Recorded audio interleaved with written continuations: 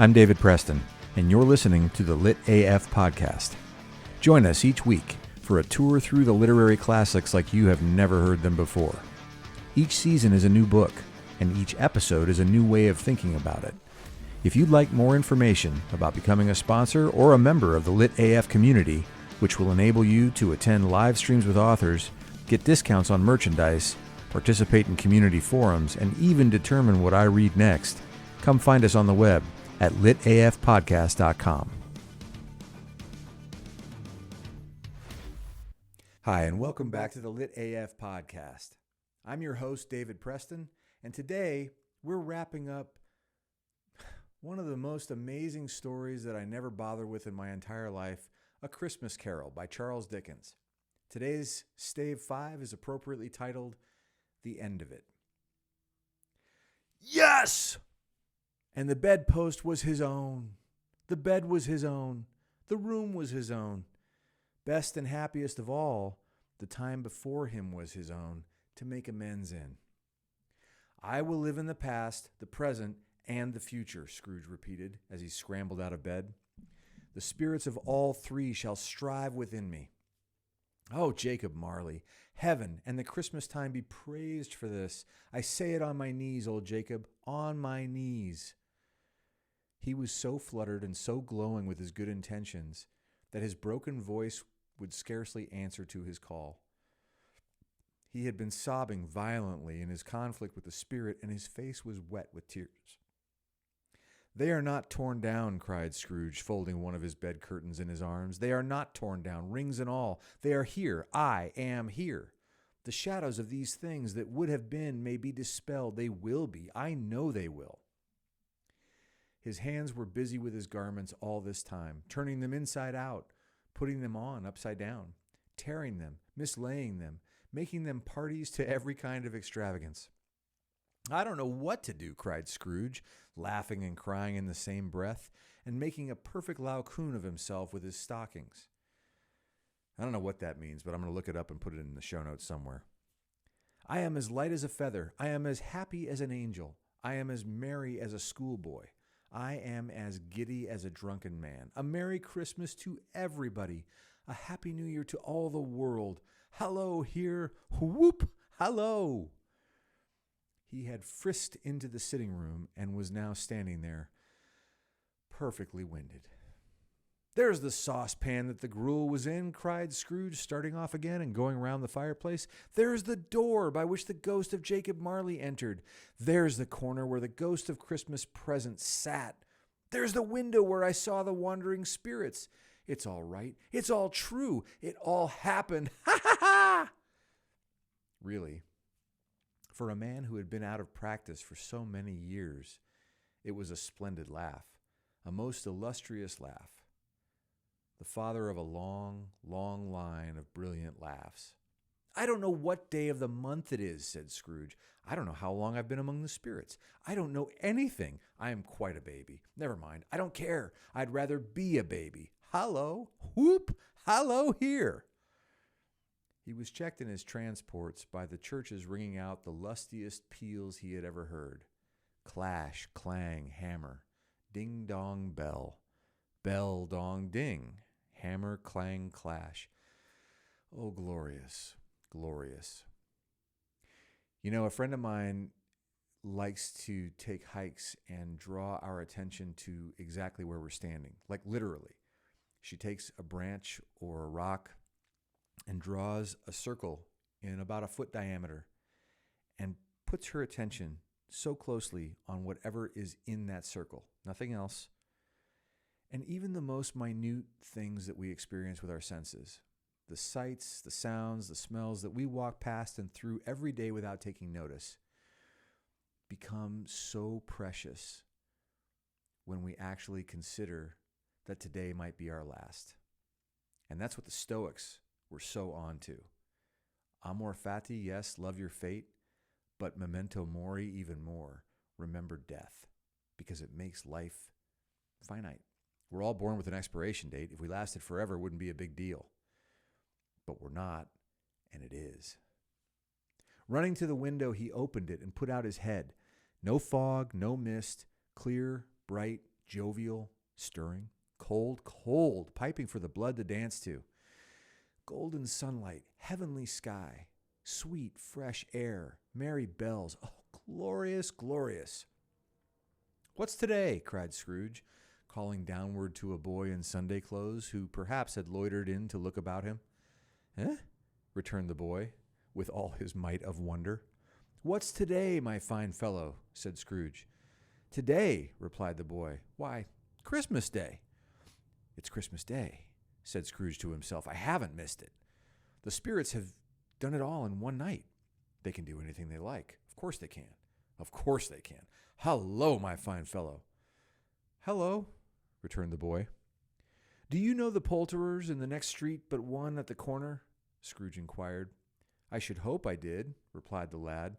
"An intelligent boy," said Scrooge. "A remarkable boy. Do you know whether they've sold the prize turkey that was hanging up there? Not the little prize turkey, the big one." "What, the one as big as me?" returned the boy. "What a delightful boy," said Scrooge. "It's a pleasure to talk to him. Yes, my buck."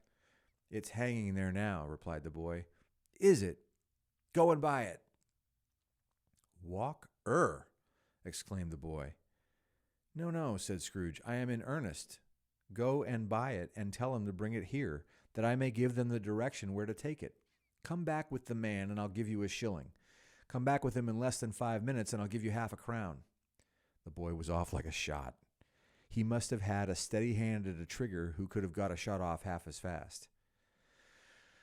"I'll send it to Bob Cratchit's," whispered Scrooge, rubbing his hands and splitting with a laugh. "He shan't know who sends it. It's twice the size of Tiny Tim.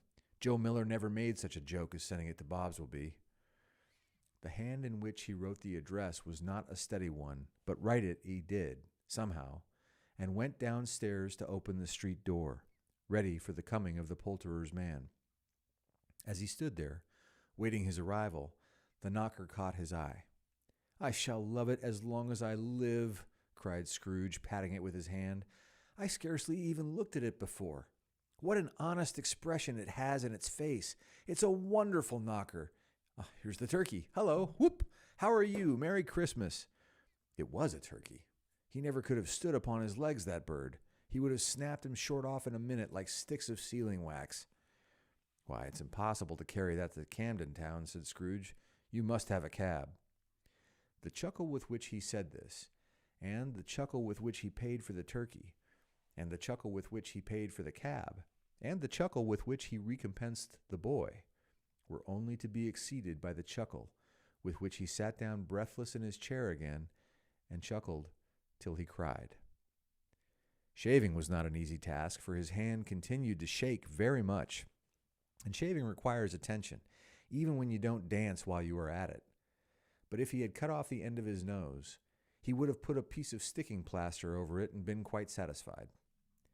He dressed himself all in his best, and at last got out into the streets. The people were by this time pouring forth as he had seen them with the ghost of Christmas present, and, walking with his hands behind him, Scrooge regarded every one with a delighted smile. He looked so irresistibly pleasant, in a word, that 3 or 4 good-humored fellows said, "Good morning, sir. A Merry Christmas to you."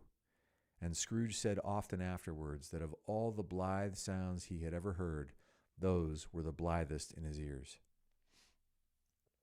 He had not gone far, when coming on towards him, he beheld the portly gentleman who had walked into his counting-house the day before, and said, "Scrooge and Marley's, I believe." It sent a pang across his heart to think how this old gentleman would look upon him when they met, but he knew what path lay straight before him, and he took it.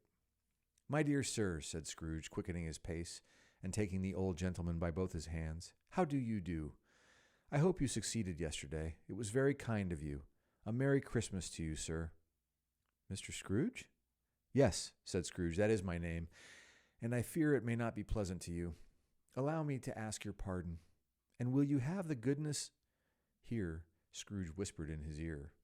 "Lord bless me!" cried the gentleman, as if his breath were taken away. "My dear Mr. Scrooge, are you serious?" "If you please," said Scrooge, "not a farthing less. A great many back payments are included in it, I assure you. Will you do me that favor?"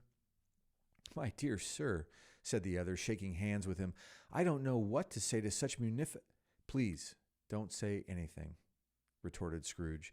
"Come and see me. Will you come and see me?" "I will," cried the old gentleman, and it was clear that he meant to do it. "Thank ye," said Scrooge. "I am much obliged to you. I thank you 50 times. Bless you." He went to church, and walked about the streets, and watched the people hurrying to and fro, and patted children on the head, and questioned beggars, and looked down into the kitchens of houses, and up to the windows, and found that everything could yield him pleasure. He had never dreamed that any walk, that anything, could give him so much happiness. In the afternoon, he turned his steps toward his nephew's house. He passed the door a dozen times before he had the courage to go up and knock, but he made a dash and did it. "Is your master at home, my dear?" said Scrooge to the girl. "Nice girl, very." "Yes, sir." "Where is he, my love?" said Scrooge. "He's in the dining room, sir, along with mistress. I'll show you upstairs, if you please." "Thank ye. He knows me," said Scrooge, with his hand already on the dining room lock. "I'll go in here, my dear." He turned it gently and sidled his face in round the door. They were looking at the table, which was spread out in great array, for these young housekeepers are always nervous on such points and like to see that everything is right. "Fred," said Scrooge. Dear heart alive, how his niece by marriage started. Scrooge had forgotten for the moment about her sitting in the corner with the footstool, or he wouldn't have done it on any account. "Why, bless my soul," cried Fred. "Who's that?" "It's I, your Uncle Scrooge. I have come to dinner. Will you let me in, Fred?" "Let him in? It's a mercy he didn't shake his arm off. He was at home in 5 minutes. Nothing could be heartier. His niece looked just the same. So did Topper when he came. So did the plump sister when she came. So did everyone when they came. Wonderful party, wonderful games, wonderful unanimity, wonderful happiness."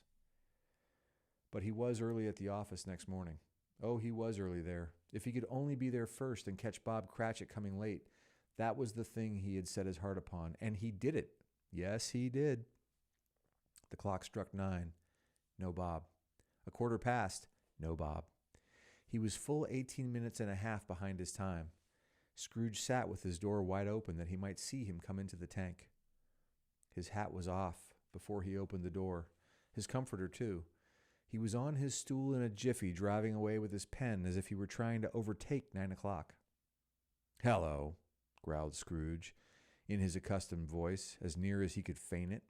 "What do you mean by coming in here at this time of day?" "I am very sorry, sir," said Bob. "I am behind my time." "You are?" repeated Scrooge. "Yes, I think you are. Step this way, sir, if you please." "It's only once a year, sir," pleaded Bob, appearing from the tank. "It shall not be repeated. I was making rather merry yesterday, sir."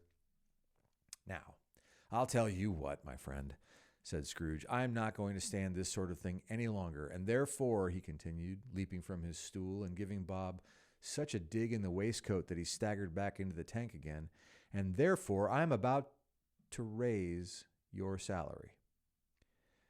Bob trembled and got a little nearer to the ruler. He had a momentary idea of knocking Scrooge down with it, holding him, and calling for the people in the court for help and a straight waistcoat. "A Merry Christmas, Bob," said Scrooge, with an earnestness that could not be mistaken as he clapped him on the back. "A merrier Christmas, Bob, my good fellow, than I have given you for many a year.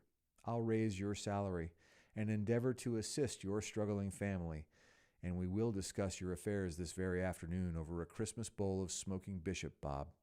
Make up the fires, and buy another coal scuttle before you dot another I, Bob Cratchit."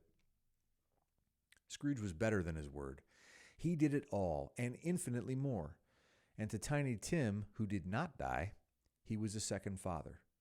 He became as good a friend, as good a master, and as good a man as the good old city knew, or any other good old city, town, or borough in the good old world. Some people laughed to see the alteration in him, but he let them laugh, and little heeded them, for he was wise enough to know that nothing ever happened on this globe for good, at which some people did not have their fill of laughter at the outset. And, knowing that such as these would be blind anyway, he thought it quite as well that they should wrinkle up their eyes in grins as have the malady in less attractive forms. His own heart laughed, and that was quite enough for him. He had no further intercourse with spirits, editorial commentary withheld, but lived upon the total abstinence principle ever afterwards. And it was always said of him that he knew how to keep Christmas well, if any man alive possessed the knowledge. May that be truly said of us and all of us. And so, as Tiny Tim observed, God bless us, everyone. I have a friend who likes to say, what is it? He says, God, the universe, and shit. Well, God, the universe, and shit actually works. God, the universe, and something, but he calls it Gus. Whether you believe in God or not, whether you celebrate Christmas or not, whether you look around the world and think, my goodness, what has happened to us, and are we ever going to recover? Will we ever get along? Will we ever agree on reality? Will we figure out the environment? Will we provide for our children? These are all really important questions to ask.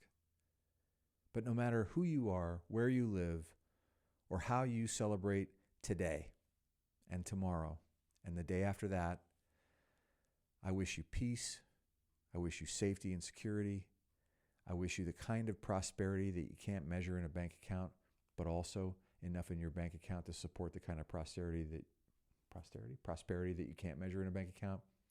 I thank you for listening and watching to this podcast, and I look forward to next time when we read, well, go back to the beginning of this season and remember what we said about anticipating what happens next. Actually, I'm not being cute. I would tell you, I just don't know yet.